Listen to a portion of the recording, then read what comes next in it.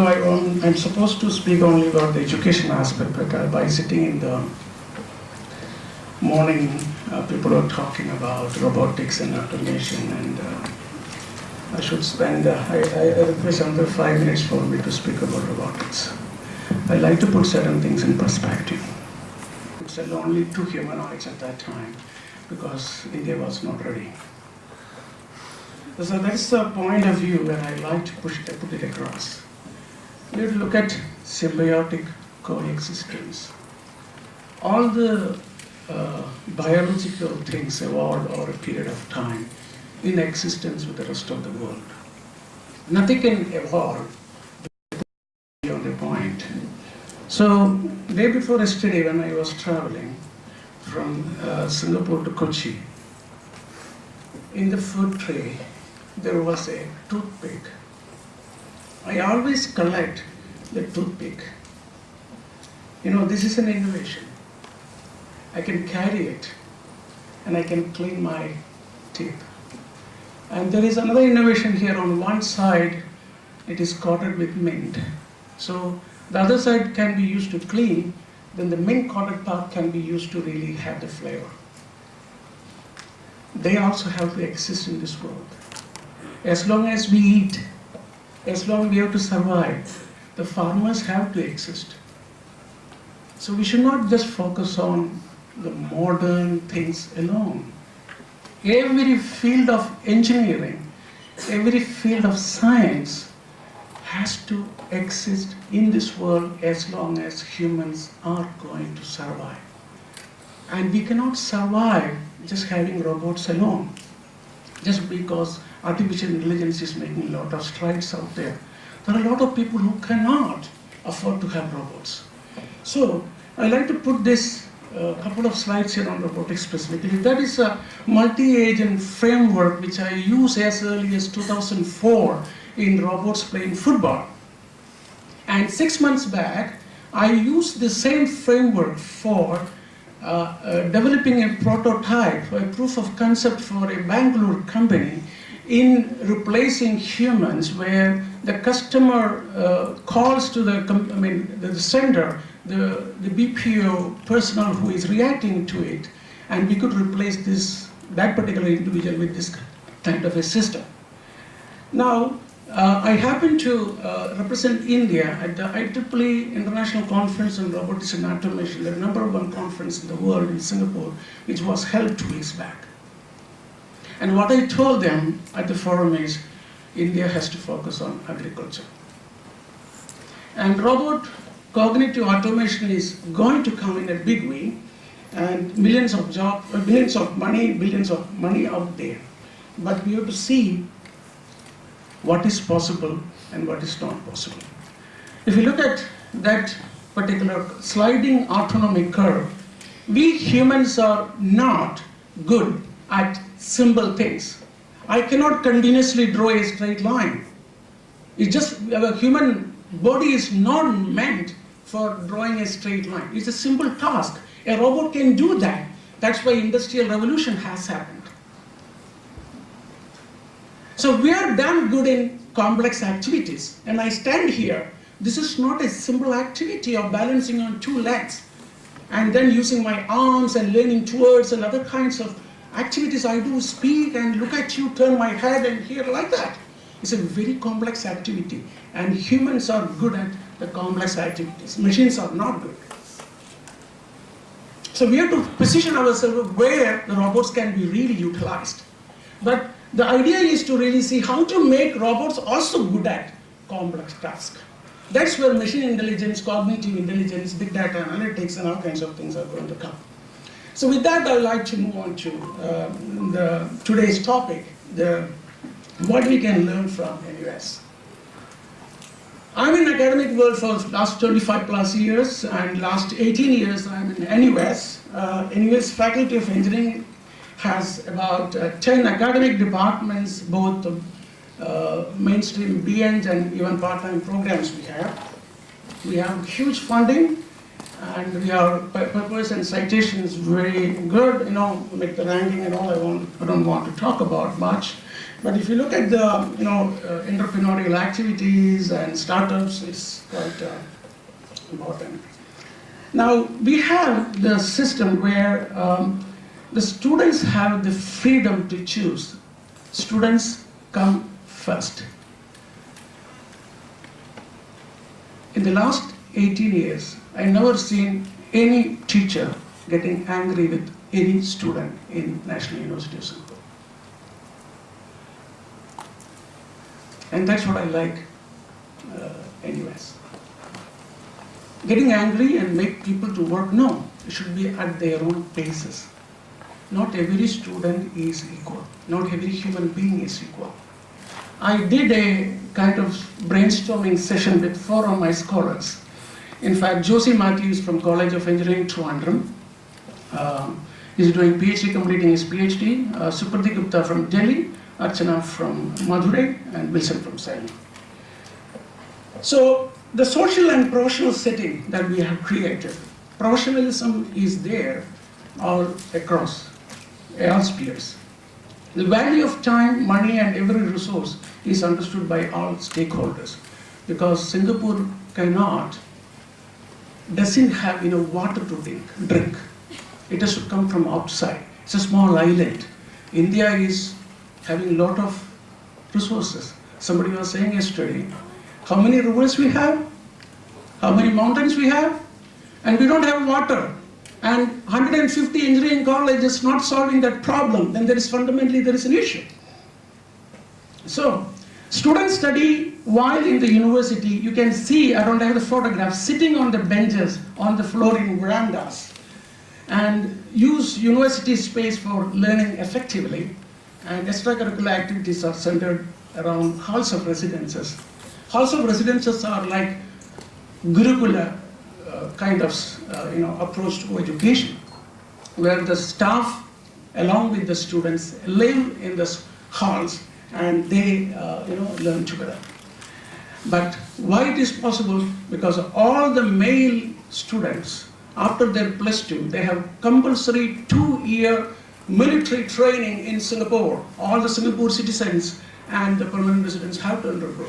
By the time they come out of it, fine, great individuals, all the energy is stabilized.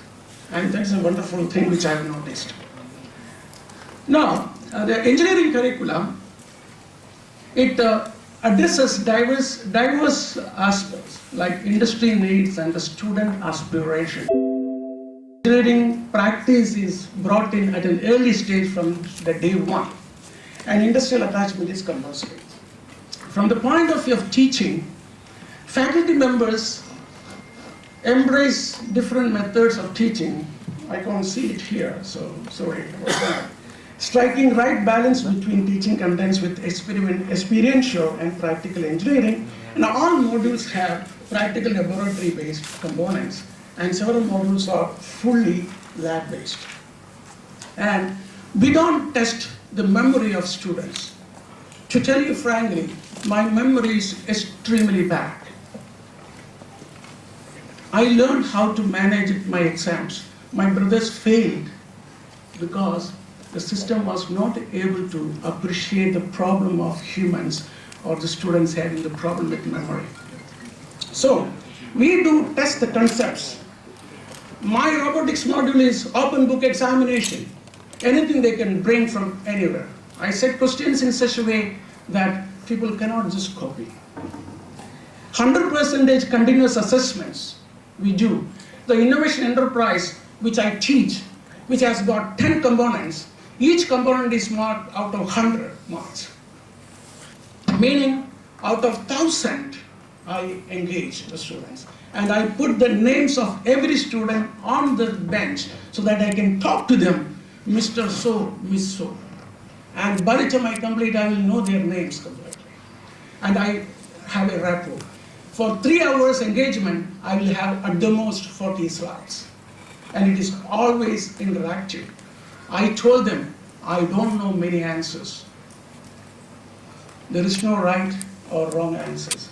Every answer has evolved from the brain and it has to be respected.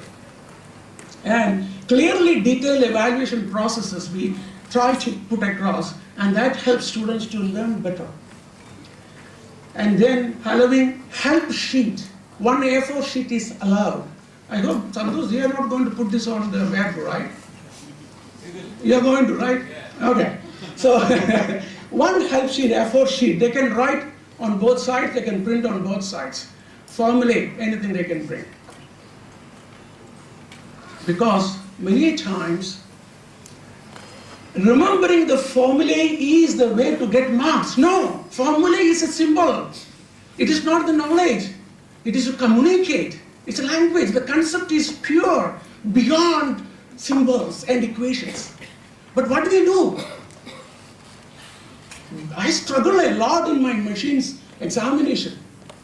For 1 hour, in the 3-hour examination, I blanked out in Calcutta University.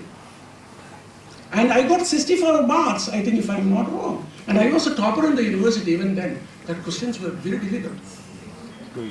We should not make a student to suffer in an examination hall. They can ask doubts to us in any ways if they have a doubt in the examination hall. So, and embedding communications in several modules. We have a Center for English Language Communications.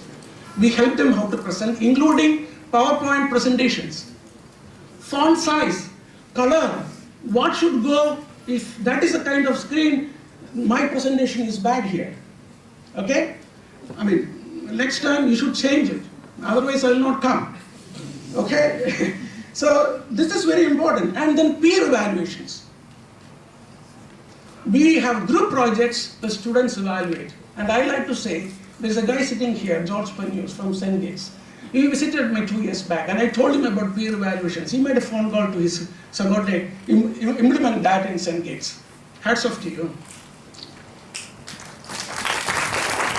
Now, this is an evaluation from one of the modules, practical examples, where Android-based or PIC-based or anything, PIC is not our use, we create all the sub-criteria for evaluation and this view to students in advance. At the bottom, there are 5 points, 1, 2, where students can ask us what to evaluate from their perspective.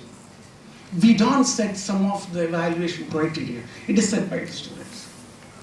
And lately, we have really come up with something which is already implemented, differential pathways. Not every engineer can become a researcher. Not every engineer can become an innovator. There are different categories. So how do you really try to really do that? Pathways to success. 1. I'm sorry we can't read it much. Okay. Practicing professional pathway. And there are criteria. And I cannot read it. I'll share this with you. And then it is research-based pathway. And the third is innovation and design-centric pathways. So these pathways the students can take. And those who are good in some good direction, they can really continue. And then we have a student-centric education system where, for the courses, the students can choose whether they want to get the grades or not. Most of the times, grades kill our intelligence. So they just want to have satisfactory completed that module. Okay, the grades will not be released. And so they don't have to worry about the grades. And the first year, the students have a choice, grade-free scheme, because easing first-year students into university life and encouraging them to explore beyond their faculties. And flexibility in choosing modules and breadth and depth. And I'll tell you, though I don't know closely the syllabus, but the robotics syllabus which I've seen is actually equal to 3 or 4 modules in NUS. We don't go breadth. We have something basic and go deep into it so the student will know what it is. And he can extrapolate, because these days, nothing need to be stored in your brain. The brain is the whole universe or the internet. So you have to have web-based assistants wherever you are. So basics should be put into perspective, and students are confident about it, then that's sufficient. There's no need to talk too much under breath. But There are electives, those who wish to go for. So then there are descent-centric programs, university scholars program, those who wish to go beyond, the education, residential colleges, where we groom their professionalism and leadership qualities. There are quite a number of other activities, industries. We have very close relationships with research centers, and easy transfer of credits possible. And startup launchpad, we help a lot. We have overseas colleges across the world. And the most important thing is, if you look at the Faculty of Engineering website, which has got 8 schools, that website, I'm the webmaster of that. And we have completely redesigned it using Google Analytics, student-centric.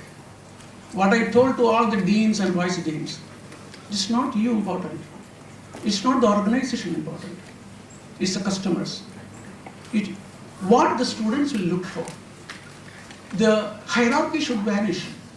Authority should really vanish in thin air. It's only students. If you don't have the students to come to us, we are not here. So that website, you should please look at it, eng.nes.edu.sg. And ease of access, everything is updated regularly. Even yesterday in the train, I was approving, the updates on the website. That's the kind of regular workshops we have, all the things available. And I would like to stress upon, curriculum change is only one part of making our programs exciting. The way we teach is another critical part. So what I do. Time is okay? Oh, thank you. You took 5 extra minutes. Yeah, I will request for that, because I react. So first year, I teach the emerging trends in electrical engineering, giving bird's eye view, history, state of the art, grand challenges in engineering, 100% HCA, embedded communication, presentation, report writing, video recording, and even the first 4 video recordings, we don't grade. We give them opportunity to evolve. And we give them even eye contact. How do you stand? The posture, the gestures, all kinds of aspects we convey to them without hurting the student. And this is very important. And grades, either you can opt for the grades or satisfactory and unsatisfactory option.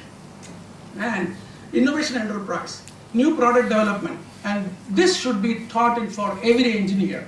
Customer needs, technical feasibility, business viability, exercises, brainstorming, including individual and group efforts. And I teach this module, though I don't have an MBA, but I am an entrepreneur. And 100% CA, 10 components, each marked out of 100, and embedded communication there, peer evaluation is very much part of it. 4th year, robotics and automation, open book examination, 100% CA for another, and then we use blogs, wiki, web, group, all kinds of things, and I'm going for become a hall master. I'm going to become a guru in a guru. And July 4th is my interview with the vice provost. So wish me good luck. And so this is what I put across. I like to strongly convey that we cannot survive alone in this planet. We have large numbers. That's why we think we can isolate ourselves in 4 walls of apartments. We have to have co-evolution. And in certain spaces, we talk about disruptive innovation. That should not disrupt human life. It should support human life. Human-centric, humane way of managing, and don't think only certain subjects are important. I'm pained to see in India, in Kerala, mechanical engineering is now hot. It will fall another 4 years. Electronics is not hot. Electrical power is not hot. Mostly, a lot of research is happening in electrical power, renewable energy, IoT, electronics. Why it is not being sought after? The media, I think there are some media people, but the media in India not conveying what is happening outside. So media, university, parents, We have to see bigger beyond the present time and see what is suitable. And let us bring in, let us really encourage symbiotic existence, and we should evolve together, not independently. And with that, I'd like to rest my case.